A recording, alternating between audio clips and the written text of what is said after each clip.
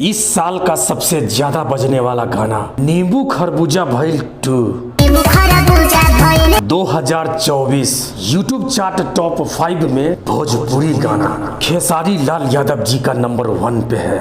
Hello, मैं ही हूँ industry का करता धरता। तो क्या बाकी कलाकार भोजपुरी में छीनने आए हैं? पहला ब्रांड पवन सिंह ही है। ये आकर एक दिन ले डूबेगी आपको। अब बस इतने सुन के पवन फैंस बुरा मान जाएंगे, बट ये भी टॉप 10 में नंबर 1 पे है। बट पीछे से जानते हैं वो गाना कौन सा है जिस गाने के इवेंट में ये अपना पिछुआरा हिलाए थे?